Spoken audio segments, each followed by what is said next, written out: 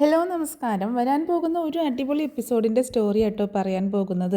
നമ്മുടെ മഴതോര് മുംബൈയിൽ ഒരു കിടിലൻ എപ്പിസോഡിൻ്റെ സ്റ്റോറിയാണ്. അപ്പോൾ എല്ലാവരും സ്റ്റോറി മുഴുവനായിട്ട് കേൾക്കുക, സപ്പോർട്ട് ചെയ്യുക. അങ്ങനെ മനു സത്യങ്ങളൊക്കെ തിരിച്ചറിയാട്ടോ. നമ്മുടെ ബാലചന്ദ്രൻ എല്ലാ കാര്യങ്ങളും മനുവിനോട് പറയുന്നുണ്ട്.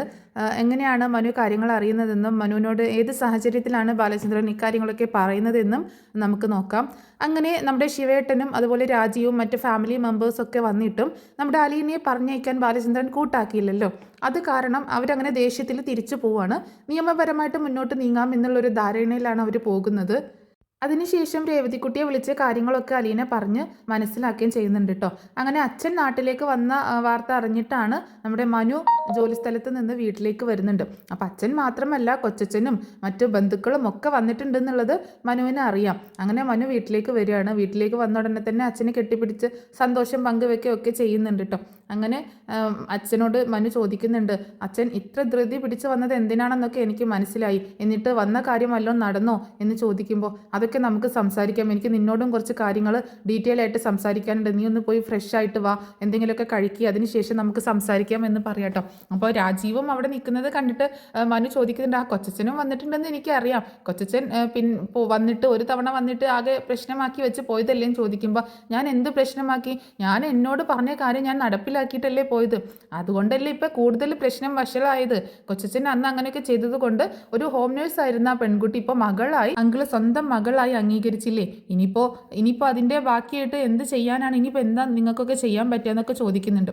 അപ്പോഴും ശിവേട്ടൻ പറയുന്നുണ്ട്, മനു നീ പോയിട്ടൊന്ന് ഫ്രഷ് ആയിട്ട് വാ, അതിനുശേഷം ബാക്കി കാര്യങ്ങൾ നമുക്ക് സംസാരിക്കാം എന്ന് പറഞ്ഞ് മനുവിനെ പറഞ്ഞയക്കാം കേട്ടോ.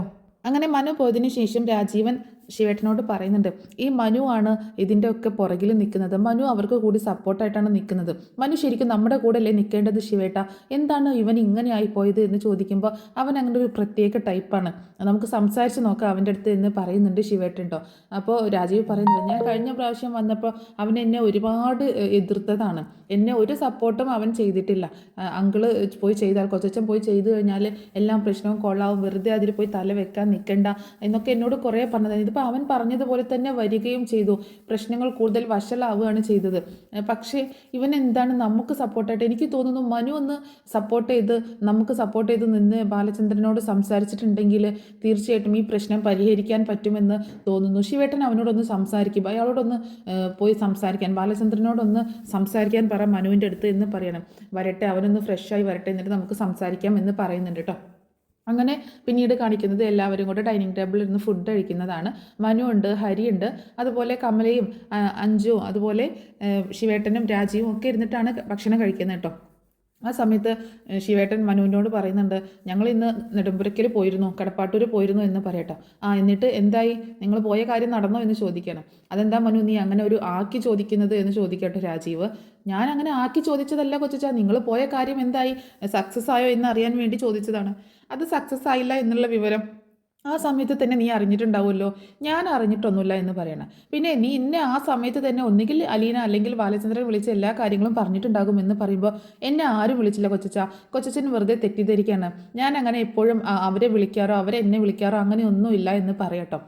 അപ്പോൾ ശിവേട്ടൻ പറയുന്നുണ്ട്, ഞങ്ങൾ പോയി അയാളോട് കുറേ സംസാരിച്ചു, പക്ഷേ അയാളൊരു യുദ്ധത്തിനെന്ന പോലെയാണ് തയ്യാറായിട്ട് ഞങ്ങളുടെ അടുത്തേക്ക് വന്നത്, ഭയങ്കര ശരിക്കും പറഞ്ഞാൽ ഒരു കാണ്ടാമൃഗം കുത്താനൊക്കെ വരുന്നത് പോലെ, എന്തിനാണ് എൻ്റെ വീട്ടിലേക്ക് വന്നത്, എന്തിനാണ് എന്നോട് എതിർക്കാൻ വന്നത്, ധൈര്യം ഉണ്ടെങ്കിൽ വാടാ എന്നുള്ളൊരു ഭാവത്തിലാണ് ബാലചന്ദ്രൻ ഞങ്ങളെ നേരിട്ടത്, അയാൾ ഇങ്ങനെയൊന്നും ആയിരുന്നില്ല എന്ന് പറയട്ടോ. ശരിയാണ്, ബാലചന്ദ്രൻ അങ്കിൾ ഇങ്ങനെയൊന്നും ആയിരുന്നില്ല, അങ്കിൾ ഒരു സാധു മനുഷ്യനാണ്, അങ്കിളിനെ ഇങ്ങനെയൊക്കെ ആക്കി മാറ്റിയത് വൈജയന്തി തന്നെയാണെന്ന് പറയട്ടോ. ഇതേ കണ്ടോ ശിവേട്ട, ഇവൻ ഇപ്പോഴും വൈജയെ കുറ്റം പറഞ്ഞുകൊണ്ടിരിക്കുന്നത് എന്ന് പറയാണ് രാജീവ്. ഞാൻ കുറ്റം പറയും, ഞാൻ കണ്ട കാര്യങ്ങളാണ് പറയണത്, ഒരിക്കൽ പോലും വൈജയന്തി അങ്കിളിന് ഒരു സമാധാനം കൊടുത്തിട്ടില്ല, ഒരു സ്വാതന്ത്ര്യം അല്ലെങ്കിൽ ഒരു നല്ലൊരു ജീവിതം അവർ തമ്മിൽ ഉണ്ടായിട്ടില്ല, നിങ്ങൾ കാണുന്നത് പോലും ഒന്നുമല്ല എന്ന് പറയട്ടോ.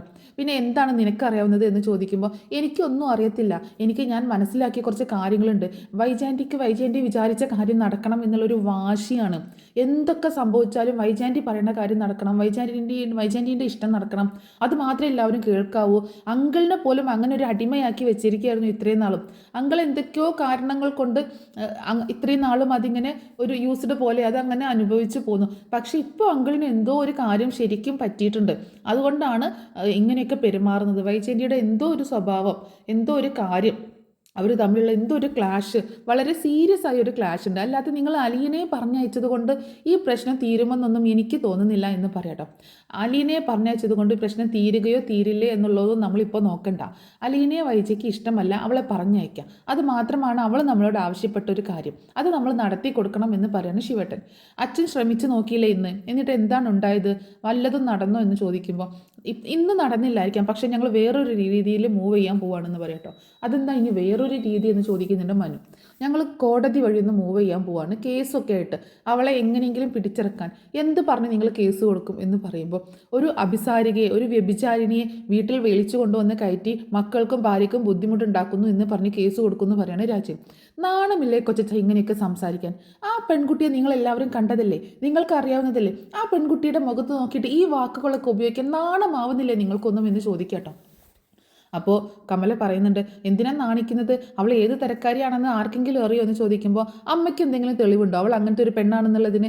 ഇവിടെ ആരാണ് അങ്ങനത്തെ പ്രവൃത്തി ചെയ്യുന്നതെന്ന് ഞാൻ ഇനി വിളിച്ച് പറയണോ എന്നിങ്ങനെ ചോദിക്കാട്ടോ മനു ഒരു നമ്മുടെ ഹരിയെ നോക്കിക്കൊണ്ട്.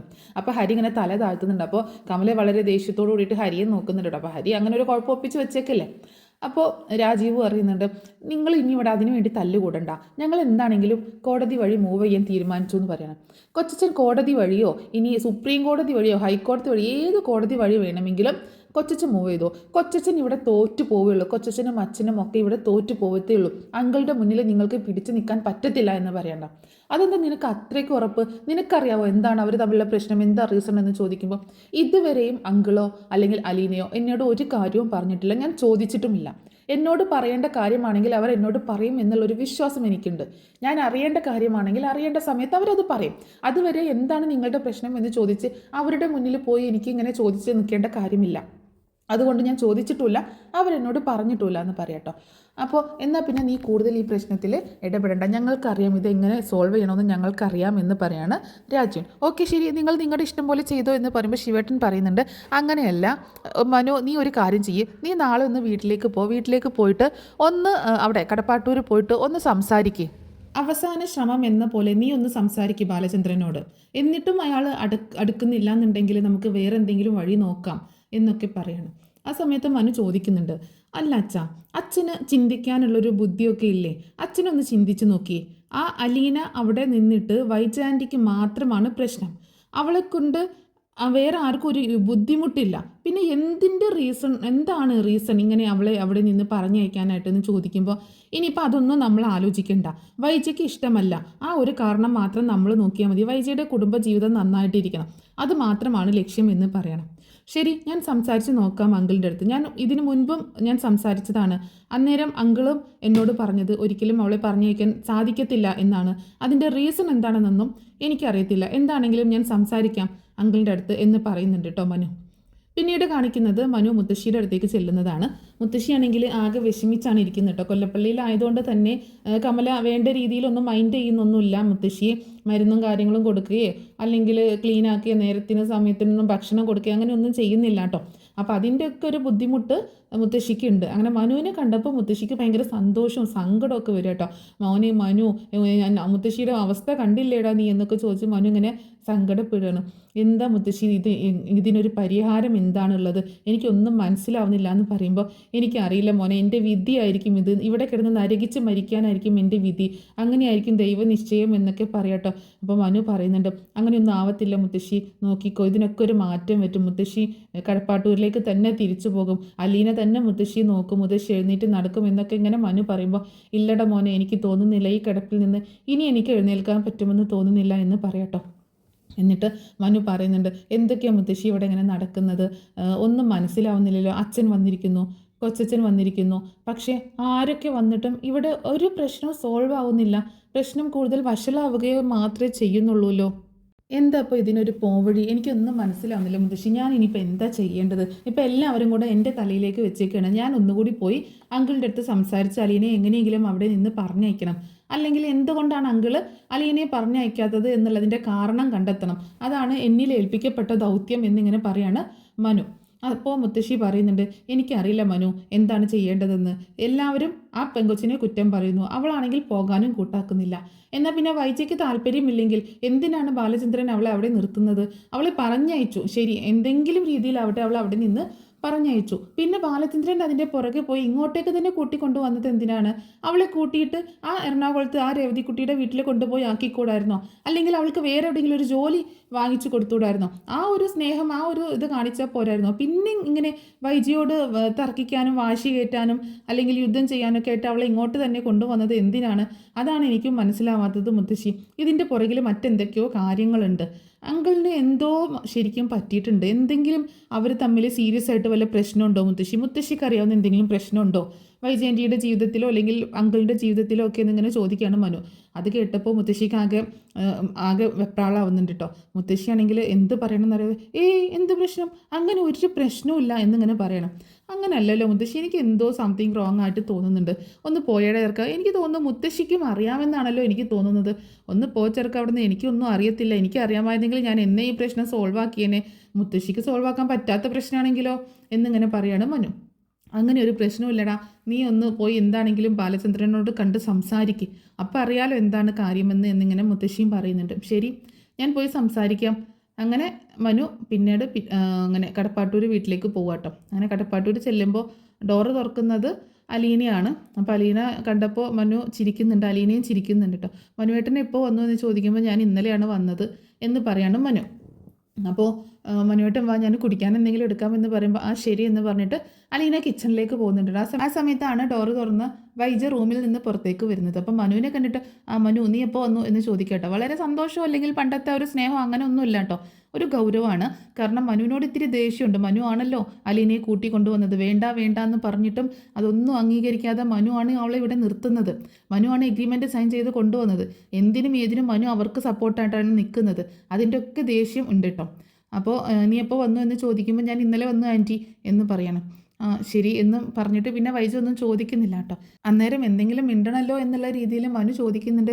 രോഹിത്തും ബബിതയും കൃഷ്ണയ്ക്ക് എന്തും ആൻറ്റി എന്ന് ചോദിക്കുമ്പോൾ കൃഷ്ണ ട്യൂഷന് പോയി, ബബിതയ്ക്ക് സ്പെഷ്യൽ ക്ലാസ് ഉണ്ടെന്ന് പറഞ്ഞിട്ട് വന്നിട്ടില്ല, രോഹിത്ത് പുറത്തേക്കെങ്ങാനും പോയതാണ് എന്ന് പറയാണ് വൈജ. പിന്നെ വൈജ ചോദിക്കുന്നുണ്ട് നീ എന്താ മനു വന്നേ, പ്രത്യേകിച്ച് എന്തെങ്കിലും ഉണ്ടോ എന്നിങ്ങനെ ചോദിക്കുമ്പോൾ ഞാൻ ചുമ്മാ വന്നാണ്, അങ്കിളിനൊന്ന് കാണാം സംസാരിക്കാമെന്ന് കരുതിയിട്ട് വന്നതാണ് എന്ന് പറയട്ടോ. ഇനിയിപ്പോൾ നിങ്ങളൊക്കെ സംസാരിച്ച് എന്താക്കിയിട്ടും കാര്യമൊന്നുമില്ല, നിൻ്റെ അങ്കിള് ഇവിടെ ഭയങ്കര സംഭവമാക്കി വെച്ചേക്കല്ലേ അവളെ എന്നൊക്കെ പറയുന്നുണ്ട് മനുവിൻ്റെ അടുത്ത് വൈജേട്ടോ. അപ്പോഴാണ് അലീന മനുവിനുള്ള ചായയും കൊണ്ടുവരുന്നത് കേട്ടോ. അപ്പം ചായ കൊണ്ടുപോയി കൊടുക്കുമ്പോൾ അലീനയെ ഇങ്ങനെ രൂക്ഷമായിട്ട് നോക്കുകയാണ് വൈജേട്ടോ. അങ്ങനെ മനു ആ ചായ വാങ്ങിച്ച് കുടിക്കുകയും ചെയ്യുന്നുണ്ട്. കുടിച്ചതിന് ശേഷം അലീന അവിടെ നിന്ന് പോകുന്നുണ്ട് കേട്ടോ. അവിടെ ഇങ്ങനെ നിൽക്കുന്നില്ല, വൈജ ഉള്ളതുകൊണ്ടാണ്. അപ്പോൾ മനുവിനോട് വൈജ പറയുന്നുണ്ട് ഞാനേ കുറച്ച് ജോലിയുണ്ട് മനു എന്ന് പറഞ്ഞിട്ട് വൈജ പിന്നെ അവിടെ നിന്ന് പോവാട്ടോ. ആ സമയത്ത് അലീന വരുന്നുണ്ട്. അലീന വന്നിട്ട് മനുവേട്ടൻ എന്താ പ്രത്യേകിച്ച് വെറുതെ വന്നാണോ ചോദിക്കുമ്പോൾ വെറുതെ വന്നതാണ്. അല്ല മുത്തശ്ശി ഉണ്ടാകുമ്പോഴാണ് മനുവേട്ടൻ വന്നിരുന്നത്, ഇപ്പോൾ മുത്തശ്ശി ഇല്ലല്ലോ എന്ന് പറയുമ്പോൾ മുത്തശ്ശി ഇല്ലെങ്കിലും താനില്ല ഇവിടെ, എനിക്ക് തന്നെ കാണണ്ടേ എന്ന് പറയാട്ടോ. കാരണം അവർ തമ്മിലൊരു ഇഷ്ടം ഓൾറെഡി പറഞ്ഞു കഴിഞ്ഞതാണ്. മനു അലീനയുടെ അടുത്ത് ചോദിച്ചിട്ടുണ്ട് ഇങ്ങനെ ഒരു ഇഷ്ടമുണ്ട്, പക്ഷേ ഒരു മറുപടി അലീന കൊടുത്തിട്ടില്ല. അതിനിടയ്ക്കാണ് ഇങ്ങനെ ഒരുപാട് പ്രശ്നങ്ങളൊക്കെ ഉണ്ടായത്. അങ്ങനെ മനു ചായയൊക്കെ കുടിച്ച് അങ്ങനെ കുറച്ച് നേരം അവർ സംസാരിച്ചതിന് ശേഷം ഞാൻ അങ്കിളിനൊന്ന് കാണട്ടെ, അങ്കിളിനോട് കുറച്ച് കാര്യങ്ങളൊക്കെ സംസാരിക്കാനുണ്ട് എന്ന് പറയണം. എന്താ മനുവേട്ടൻ, എൻ്റെ പ്രശ്നമാണോ എന്ന് ചോദിക്കുമ്പോൾ താനാണല്ലോ ഇവിടുത്തെ മെയിൻ പ്രശ്നം, അപ്പോൾ പിന്നെ തൻ്റെ കാര്യം സംസാരിക്കണ്ടേ എന്ന് പറയാണ് മനു. ഞാൻ കാരണം മനുവേട്ടനും ഇപ്പോൾ വലിയ ബുദ്ധിമുട്ടായല്ലേ എന്ന് ചോദിക്കുമ്പോൾ വലിയ ബുദ്ധിമുട്ടായി, ഒന്ന് ഇവിടുന്ന് പോയി തരാവോ, ശല്യം ഒഴിഞ്ഞു പോയി തരാവോ എന്നൊക്കെ മനു കളിയാക്കി ചോദിക്കുമ്പോൾ എനിക്കറിയാം മനുവേട്ട എല്ലാവരുടെ മനസ്സിലും അങ്ങനെ തന്നെയാണ് ആഗ്രഹം എന്നുള്ളത്. പക്ഷേ എന്ത് ചെയ്യാൻ പറ്റും, ഈ ശല്യം ഇവിടുന്ന് പോയി കിട്ടുന്നില്ലല്ലോ, എത്രയൊക്കെ പോകാൻ നോക്കിയിട്ടും പറഞ്ഞയക്കാൻ നോക്കിയിട്ടും അതിനൊന്നും സാധിക്കുന്നില്ലല്ലോ എന്ന് പറയണം. ഞാൻ ചുമ്മാ പറഞ്ഞതാടോ, താൻ എനിക്ക് ശല്യമൊന്നുമല്ല, ഒരിക്കലും താൻ എനിക്ക് ശല്യമാവത്തില്ല, അങ്ങനെ എപ്പോഴെങ്കിലും ഞാൻ പറഞ്ഞിട്ടുണ്ടോ എന്നൊക്കെ ചോദിക്കുമ്പോൾ ഇല്ല മനുവേട്ട, എനിക്കറിയാം മനുവേട്ടൻ ചുമ്മാ പറഞ്ഞതാണെന്ന്, എന്നാലും ഞാൻ എൻ്റെ മനസ്സിലൊരു വിഷമം പറഞ്ഞു എന്ന് മാത്രമേ ഉള്ളൂ എന്ന് പറയാണ് അലീന. ശരി, എന്നാൽ ഞാൻ അങ്കിളിനെ ഒന്ന് കണ്ടിട്ട് വരാമെന്ന് പറഞ്ഞിട്ട് മനു മുകളിലേക്ക് ചെല്ലാട്ടോ. അങ്ങനെ മനു ഡോറിൽ നോക്ക് ചെയ്യുന്ന സമയത്ത് കയറിപ്പോര് എന്ന് പറയുന്നുണ്ട് ബാലചന്ദ്രൻ. മനുവിനെ കണ്ടിട്ട് മനുവോ നീ എപ്പോൾ വന്നു എന്ന് ചോദിക്കുമ്പോൾ ഞാൻ ഇന്നലെ വന്നതാ അങ്കിളെ. എന്തായി, എന്തുണ്ട് കൊല്ലപ്പള്ളിയിൽ വിശേഷം എന്ന് ചോദിക്കുകയാണ്. കൊല്ലപ്പള്ളിയിൽ എന്തുട്ടാ വിശേഷം അങ്കിളെ എന്ന് ചോദിക്കുക കേട്ടോ. അല്ല അവിടെ ഭയങ്കര വിശേഷമാണല്ലോ, ഇവിടെ കുറച്ച് വിസ്താരത്തിനും വാദപ്രതിവാദത്തിനൊക്കെ കുറച്ച് ആൾക്കാർ ഒരു പട തന്നെ വന്നിരുന്നു, എന്നിട്ട് നിന്നോടൊന്നും പറഞ്ഞില്ലേ അവിടെ ഉള്ളവർ എന്ന് ചോദിക്കുമ്പോൾ പറഞ്ഞിരുന്നു. എന്നിട്ട് പിന്നെ എന്താ നീ വന്നേ, അവർ നിന്നെ പറഞ്ഞു വിട്ടതായിരിക്കും ഒന്നുകൂടി സംസാരിക്കാനായിട്ടല്ലേ, എന്താണ് എൻ്റെ മനസ്സ് മാറിയോ, എൻ്റെ തീരുമാനം എന്താണെന്ന് അറിയാനൊക്കെ ആയിട്ട് പറഞ്ഞു വിട്ടതായിരിക്കും അല്ലേ എന്ന് ചോദിക്കുമ്പോൾ അങ്ങനെയൊന്നും അല്ല അങ്കിളെ, ഞാൻ ഇടയ്ക്ക് അങ്കിളിനെ കാണാനും ഇങ്ങോട്ടേക്ക് വരാറില്ലേ, അത് അമ്മ ഉണ്ടായിരുന്നപ്പോഴല്ലേ മുത്തശ്ശിയെ കാണാനെന്നും പറഞ്ഞ് നീ വന്നിരുന്നത്, അല്ലാത്തപ്പോഴും എനിക്ക് വരാലോ, അതാരെ കാണാനാ അല്ലാത്തപ്പോഴും നിനക്ക് വരാം എന്ന് പറയുന്നത്? അതിപ്പോൾ അങ്കിളുണ്ട്, ആൻറ്റി ഉണ്ട്, ബബിതയുണ്ട്, കൃഷ്ണയുണ്ട്, രോഹിത് ഉണ്ട്, പിന്നെ പിന്നെ ഒരു അലീനയും ഉണ്ട്. ആ ലാസ്റ്റ് പറഞ്ഞ ആളെ കാണാനാണ് നീ ഇവിടേക്ക് വരുന്നത് എന്നുള്ളത് എനിക്ക് നന്നായിട്ട് അറിയാട്ടോ മനു. നിൻ്റെ മനസ്സിലിരിപ്പ് എനിക്ക് നന്നായിട്ട് അറിയാം. ഞാൻ നിന്നോട് ഫോണിലൂടെ പറഞ്ഞതല്ലേ നിൻ്റെ മുറപ്പെണ്ണാണ്, നീ കെട്ടിക്കോന്ന്.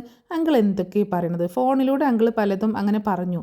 പക്ഷേ അങ്കിൾ ഇപ്പോഴും ആ ഒരു ചിന്തയിൽ തന്നെയാണോ? അങ്കിൾ എന്തൊക്കെ ഇവിടെ കാണിച്ചു കൂട്ടണമെന്ന് ചോദിക്കുമ്പോൾ നീയും എന്നെ ക്വസ്റ്റ്യൻ ചെയ്യാൻ വന്നതാണോടാ മനു എന്ന് ചോദിക്കണേ. അയ്യോ ഞാനില്ലേ, ഞാൻ അങ്കിളിനെ ക്വസ്റ്റ്യൻ ചെയ്യാനോ വിസ്താരം ചെയ്യാനോ ഒന്നിനും ഞാനില്ല. ഇത് അങ്കിളിൻ്റെ വീട്, അങ്കിളിൻ്റെ കൊട്ടാരം, അങ്കിളിൻ്റെ ഏകാധിപത്യം അങ്ങനെയൊക്കെ അല്ലേ? അതേടാ മനു, എൻ്റെ വീടാണ്, എൻ്റെ ഏകാധിപത്യമാണ് ഇവിടെ നടക്കുന്നത്.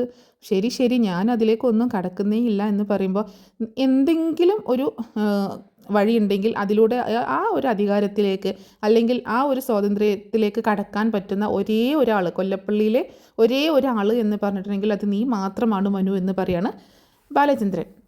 അപ്പോൾ മനു ചോദിക്കുന്നുണ്ട്, അല്ല അങ്കിളെ, കഴിഞ്ഞ ദിവസം അവരെല്ലാവരും കൂടെ വന്നു, ഒരുപാട് പ്രശ്നമൊക്കെ ഉണ്ടാക്കി, അങ്കിള് കൊച്ചച്ഛനെ തല്ലി എന്നൊക്കെ പറഞ്ഞു. തല്ലുകൊള്ളിത്തരം പറഞ്ഞു കഴിഞ്ഞാലേ, അമ്മ അതിരി വാക്കുകൾ നാവിൽ നിന്ന് വന്നു കഴിഞ്ഞാൽ തല്ലി ഞാൻ 2 കരണം പൊട്ടിച്ചേനെ. ശിവേട്ടൻ തടഞ്ഞിട്ടില്ല എന്നുണ്ടെങ്കിൽ രാജീവൻ്റെ 2 കവിളും എൻ്റെ കൈ പതിഞ്ഞേനെ, 2 കവിളിലും, പല്ലും വേണമെങ്കിൽ തറയിൽ കിടന്നേനെ. അമ്മ അതിന് വർത്തമാനാണ് അവൻ പറഞ്ഞത്, നീ കേട്ടില്ലല്ലോ എന്താണെന്ന്.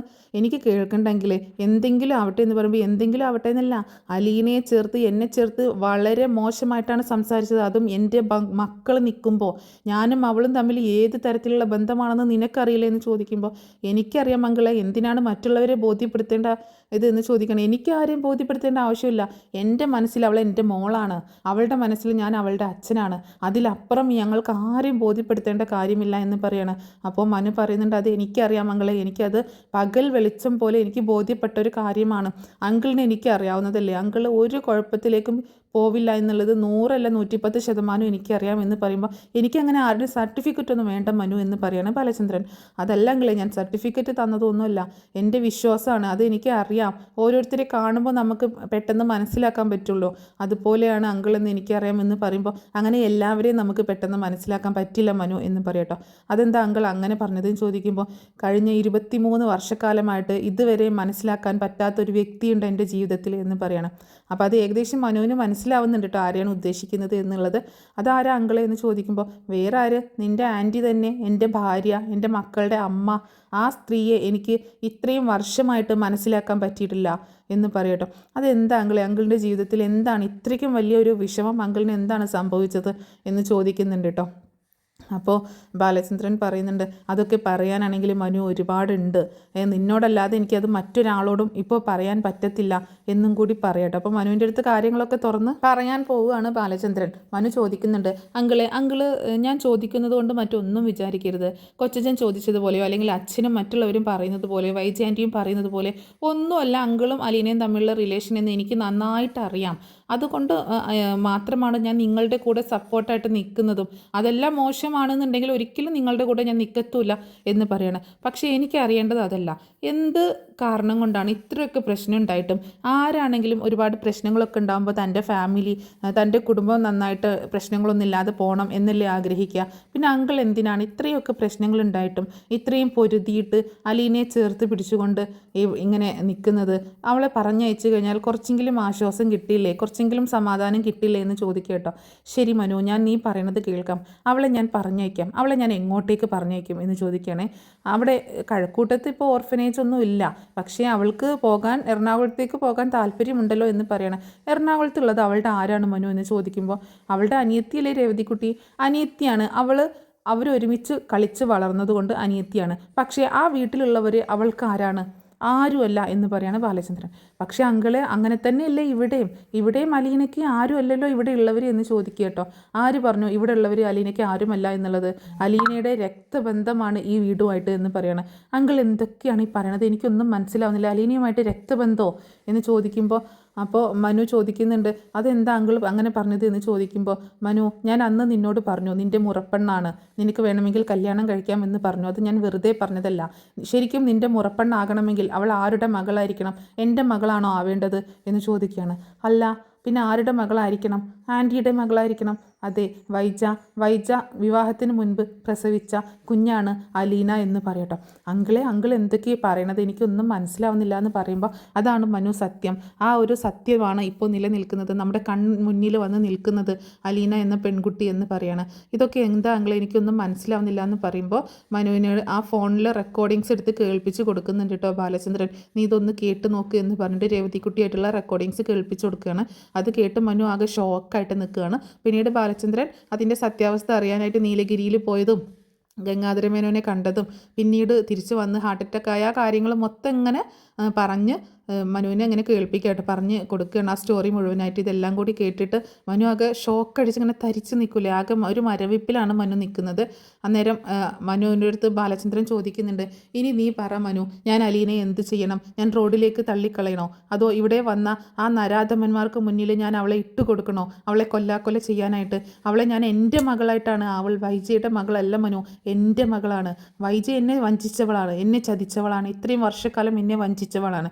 അവളോട് ഞാൻ ഒരിക്കലും ക്ഷമിക്കത്തില്ല. പക്ഷേ അതിന് ഈ പാവം പെൺകുട്ടി എന്ത് പഴിച്ചു, എന്ത് തെറ്റാണ് അവൾ ചെയ്തത്? വൈജിയുടെ വയറ്റിൽ ജനിച്ചു എന്നതല്ലാതെ മറ്റൊരു തെറ്റും ഞാൻ അവളിൽ കാണുന്നില്ല. അതുകൊണ്ട് അവളെ ചേർത്ത് പിടിക്കുകയല്ലേ മനു വേണ്ടത് നമ്മൾ എന്ന് ചോദിക്കട്ടോ. ഈ കാര്യങ്ങളൊക്കെ കേട്ടതോട് കൂടിയിട്ട് മനുവിന് പിന്നെ മറുത്തൊരു വാക്ക് പറയാനില്ല. മനു ബാലചന്ദ്രൻ്റെ കൈ പിടിച്ച ആ ഷോൾഡറിലേക്ക് ആ തല ചായച്ചുകൊണ്ട് പൊട്ടിക്കരയാട്ടോ. എന്ത് പറഞ്ഞ് മനുവിനെ ആശ്വസിപ്പിക്കണമെന്ന് ബാലചന്ദ്രനും അറിയില്ല. അങ്ങനെ മനു കുറച്ച് നേരം അങ്ങനെ ആകെ ഒരു ഷോക്കിൽ ഇങ്ങനെ നിൽക്കുകയാണ്. അങ്ങനെ മനു ഈ സത്യങ്ങളൊക്കെ അറിഞ്ഞ ആ ഷോക്കിലാണ്. അപ്പോൾ ബാലചന്ദ്രൻ പറയുന്നുണ്ട്, ഇനി നീ സ്വസ്ഥമായിട്ടിരുന്ന് ആലോചിക്കുക, ഇത് നമ്മളിൽ ഒതുങ്ങേണ്ട കാര്യമാണ്. നിനക്ക് വേണമെങ്കിൽ നിൻ്റെ വീട്ടിൽ പോയിട്ട് പറയാം, പക്ഷേ നീ അത് ചെയ്യത്തില്ല എന്ന് എനിക്കറിയാം. പക്ഷേ നമ്മൾ ഇനി അവളെ കൂടുതൽ സുരക്ഷിതമാക്കി പിടിക്കണം, അവളെ ഒരിക്കലും മറ്റുള്ളവർക്ക് വിട്ടുകൊടുക്കരുത് എന്ന് പറയുമ്പോൾ അങ്കിളിന് മാത്രമേ ഇത്രയൊക്കെ കാര്യങ്ങൾ ചെയ്യാൻ പറ്റത്തുള്ളൂ. ഇത്രയൊക്കെ ഒരു ക്ഷമയുള്ള, ഇത്രയൊക്കെ ഒരു നല്ല മനസ്സിനുടമയായ അങ്കിളിന് മാത്രമേ അവളെ ചേർത്ത് പിടിക്കാൻ പറ്റത്തുള്ളൂ. ഒരിക്കലും അവളെ വിട്ട് കളയരുതെങ്കിൽ, ആർക്കും അവളെ വിട്ട് കൊടുക്കരുത്. നമുക്കവളെ വേണം, നമുക്കവളെ ചേർത്ത് പിടിക്കണമെന്ന് മനുവും ബാലചന്ദ്രന് വാക്ക് കൊടുക്കണം. അങ്ങനെ എന്താണെങ്കിലും ഇപ്പോൾ ബാലചന്ദ്രൻ്റെ സംഘത്തിൽ ഒരാൾ കൂടി വന്നിരിക്കുകയാണ്. ഇപ്പോൾ മനു കൂടി ആ കാര്യങ്ങളൊക്കെ അറിഞ്ഞിട്ട്, ഓൾറെഡി മനു ആ സംഘത്തിലുണ്ട്, ആ കൂട്ടിലുണ്ട്. പക്ഷേ ഇപ്പോൾ എല്ലാ കാര്യങ്ങളും തിരിച്ചറിഞ്ഞുകൊണ്ട് ഇപ്പോൾ കൃഷ്ണമോൾക്ക് അറിയാം, ഇപ്പോൾ മനുവിനും അറിയാം. അപ്പോൾ എല്ലാവരും ഇനി ഒരു സെറ്റായിട്ട് അലീനയ്ക്ക് വേണ്ടിയിട്ട് സംരക്ഷണ കവചം ഒരുക്കാനാണ് പോകുന്നത്. പക്ഷെ അപ്പോഴും പ്രശ്നം വഷളായി കൊണ്ടിരിക്കുകയാണ്. വൈജ ആകെ പ്രശ്നത്തിലേക്ക് കടക്കുകയാണ്. ഭയങ്കര ടെററാവുന്നുണ്ട് വൈജ. അപ്പോൾ അതിൻ്റെയൊക്കെ സ്റ്റോറി നമ്മൾ നെക്സ്റ്റ് ഒരു എപ്പിസോഡിൽ പറഞ്ഞ് അപ്ലോഡ് ചെയ്യുന്നതായിരിക്കും. അപ്പോൾ ഈ സ്റ്റോറി എല്ലാവർക്കും ഇഷ്ടമായിട്ടുണ്ടാവുമെന്ന് വിചാരിക്കുകയാണ്. മിക്കവാറും ഈ ആഴ്ചയിൽ തന്നെ ആയിരിക്കും ഈ സ്റ്റോറി സംഭവിക്കാൻ പോകുന്നത് കേട്ടോ. അപ്പോൾ എല്ലാവരും ഒന്ന് സപ്പോർട്ട് ചെയ്യുക, ചാനലൊന്ന് സബ്സ്ക്രൈബ് ചെയ്യുക, അതുപോലെ വീഡിയോ ഒന്ന് ലൈക്ക് ചെയ്യാനും ഹൈപ്പ് ചെയ്യാനും മറക്കരുത് കേട്ടോ.